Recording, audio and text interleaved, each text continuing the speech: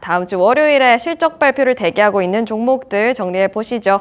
S-오일부터 현대제철 그리고 DL까지 만나보겠습니다. 첫 번째 종목 S-오일 컨셉부터 정리해 보시죠. 매출액 전망치는 12조 6,609억 원으로 전년 동기 대비 50% 가까운 상승률, 분기 대비해서는 39% 성장 예상되고 있고요. 영업이익 전망치는 9,551억 원으로 전년 동기 대비 흑자 전환에 성공할 것으로 예상되는 상황, 분기 대비해서는 유가가 하락했다 보니까 22% 빠질 것으로 예상되고 있습니다. DB증권 측 리포트 확인해 보실까요?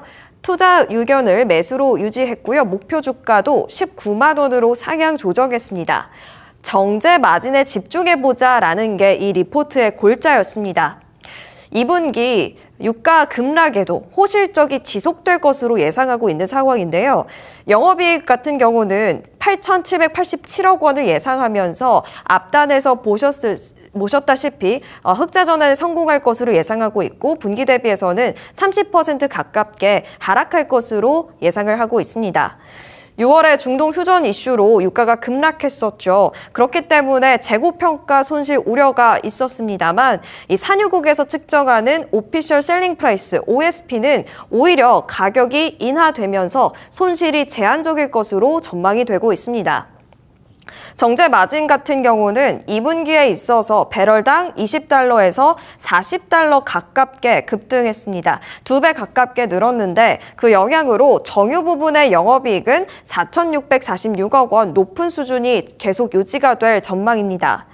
중동 가동 차질로 윤활유 마찬가지로 마진이 급등 예상되고 있는데요. 윤활유 영업이익 같은 경우는 4,271억 원으로 분기 대비해서 최대 실적을 내놓을 전망입니다. 3분기도 전망해 보겠습니다. 2분기에 있었던 정제 마진 강세가 유지될 것이다 라고 이야기하고 있는데요. 3분기 영업이익 5,280억 원 예상이 되고 있는데 거의 1,000억 원 가깝게 감익이 있을 전망입니다. 아무래도 유가가 좀 변동성을 보이다 보니까 재고평가 손실이 반영될 이야기가 나오고 있는데요. 그럼에도 불구하고 정제 마진은 높게 유지될 전망입니다. 6월에 들어서 배럴당 30달러 수준이었는데 7월에 들어서 배럴당 37달러까지 올라온 상황입니다. 그렇기 때문에 지금 러시아 우크라이나 전쟁 이후에 최고 수준의 정제 마진율을 유지하고 있다는 긍정적인 부분도 3분기에 있어서 계속 기대감 가져가 볼 수 있겠습니다. 정제 마진이 좀 내려갈 수 있는 요인은 아무래도 유가 공급 부족이 해소되는 상황이겠죠. 리포트에서는 호르무즈 해협 지정학적 갈등이 완전히 해소되어야 하고 중국 쪽에서 있는 이 수출 제한이 풀려야 한다라고 이야기하고 있습니다. 하지만 현실적으로 이게 단기간에 해결되기에는 어려워 보이기 때문에 이 정제 마진 유지는 지속적으로 가져갈 것으로 예상이 되고 있습니다. 정제와 더불어서 윤활유 쪽에서도 수출가가 2분기에 있어서 톤당 1,620달러에서 7월에 있어서 톤당 2,130달러까지 추가 상승도 나오고 있기 때문에 실적과 매출은 어느 정도 방어에 성공할 것으로 예상되고 있습니다. 코스피 지난 한 달 동안 참 변동성이 컸습니다. S-오일 방어주 성격으로 견조한 흐름을 보여줬었는데요. 한 달 기준으로는 44% 성장률을 보여줬기 때문에 상대 지수에 있어서는 긍정적인 모습을 보여줬다. 방어주 성격으로 선방했다라고 정리해 볼 수 있겠습니다. 두 번째 종목 현대제철 만나보시죠. 컨센 확인해 보겠습니다. 매출액 전망치 6조 1,461억 원으로 YOY 기준, 분기 대비 기준 모두 상승할 것으로 예상되고 있습니다. 영업이익 전망치도 759억 원으로 YOY 기준으로는 25% 하락 예상되지만 분기 대비해서는 383% 그야말로 급등할 것으로 예상되고 있습니다. 미래에셋증권 리포트 확인해 보시죠. 투자 의견 매수로 유지했고요. 목표 주가는 55,000원에서 47,000원으로 하향 조정했습니다. 2분기 아쉬운 흐름을 보였지만 본업은 일단 회복 중이다라고 이야기하고 있는데요. 실적 컨센 하회할 것으로 전망하고 있습니다. 그럼에도 불구하고 마진을 방어할 수 있는 요인들은 함께하고 있는데요. 자회사 영업이익이 감소했고 원재료 가격이 상승하면서 부담스러운 상황이긴 했지만 오히려 판가는 상승했다라고 이야기 나오고 있습니다. 미국 수출에서도 효조가 있었고 봉연강 판매 확대 그리고 계절적 성수기에 진입했다라는 상황 속에서 판매량 상승 기조가 2분기에 유지되었다라고 합니다.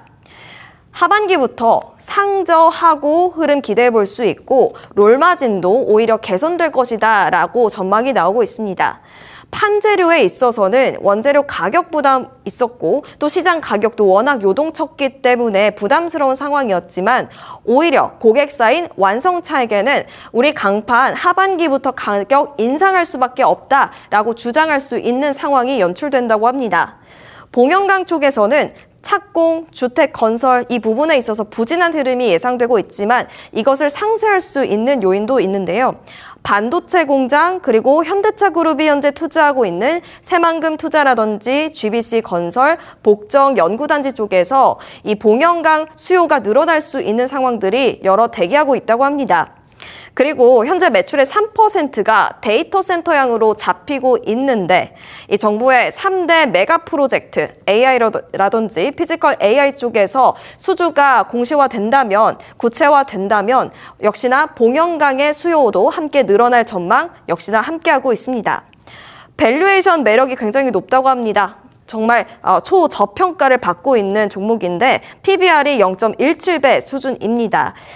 그럼에도 불구하고 하반기부터는 AI 데이터 센터야 ESS 수주 모멘텀이 함께하면서 이것이 가시화가 됐을 때 주가 리레이팅 국면은 기대해 볼 수 있겠습니다. 코스피 대비해서 워낙 부진한 흐름을 보였었고요. 그렇기 때문에 PBR을 낮게 쳐냈다라는 부분도 함께 기재가 되어 있었던 리포트였습니다. 마지막 종목 DL 살펴보시죠. DL 컨센서스 매출액 전망치는 1조 4,384억 원으로 전년 동기 대비 8% 성장, 분기 대비해서는 12% 성장 예상되고 있습니다. 영업이익 전망치는 2,044억 원, 전년 동기 대비 183% 성장, 분기 대비해서도 81% 높은 성장률을 보여줄 것으로 전망되고 있습니다. IBK 증권 리포트 확인해 보시죠. 투자 의견 역시나 매수로 유지했고요. 목표 주가 81,000원으로 유지했고 어제 종가는 41,000원대에서 마감을 지었습니다. 2분기 시장 기대치를 크게 상회하는 결과가 나올 것으로 전망하고 있는데 이것의 주인공이 크레이튼이라는 자회사라고 합니다. DL케미칼의 자회사 크레이튼을 살펴보기 전에 DL케미칼 전체 영업이익부터 짚어보겠습니다. 407억 원 예상되고 있고요. 분기 대비해서 73% 성장 예상되고 있습니다. PB라든지 PE라든지 케미칼 쪽에서 긍정적인 레깅 효과가 있었다고 하는데요. 원자재는 값싸게 사고 오히려 비싸게 파는 효과를 의미하고 있습니다.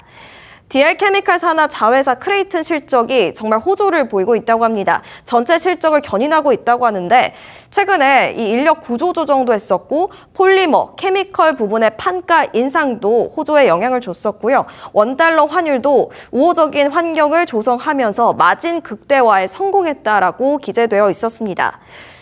이 크레이튼에 있어서는 인식 변화가 있었다고 하는데 원래는 이 DL에 있어서 부담 자산이다라는 인식이 강했다고 합니다. 하지만 워낙 실적이 잘 나오면서 이제부터는 핵심 자산으로 대반전 스토리가 함께하고 있다고 하는데요. 말씀드렸다시피 저수익 사업도 축소했고 인력도 효율화를 단행했습니다. 그 영향으로 연간 3천억 원의 창출을 보여주고 있는 효자 자회사로 팔바꿈에 성공한 건데요. 미국 쪽에서 저마진의 도버 공장을 폐쇄했고 저수익 화학 제품 사업도 철수하면서 고정비를 절감할 수 있었다고 합니다. 핵심 파인케미컬, 바이오 쪽의 특수화학이 워낙 마진을 많이 남기는 쪽이라 이쪽에 집중하겠다라는 계획도 함께하고 있어서 체질 개선에 대한 이야기도 3분기부터 다시금 기대해 볼 수 있겠습니다. 2분기 호실적 그 자체보다 이 크레이튼의 새로운 성장 그리고 인식 변화가 가장 중요하다라고 투자 포인트를 꼽고 있습니다. DL도 마찬가지로 코스피 대비해서 부진한 흐름을 보였다라는 점까지 리포트의 그래프 통해서 확인해 보도록 하겠습니다. S-오일부터 현대제철 그리고 DL까지 살펴봤습니다.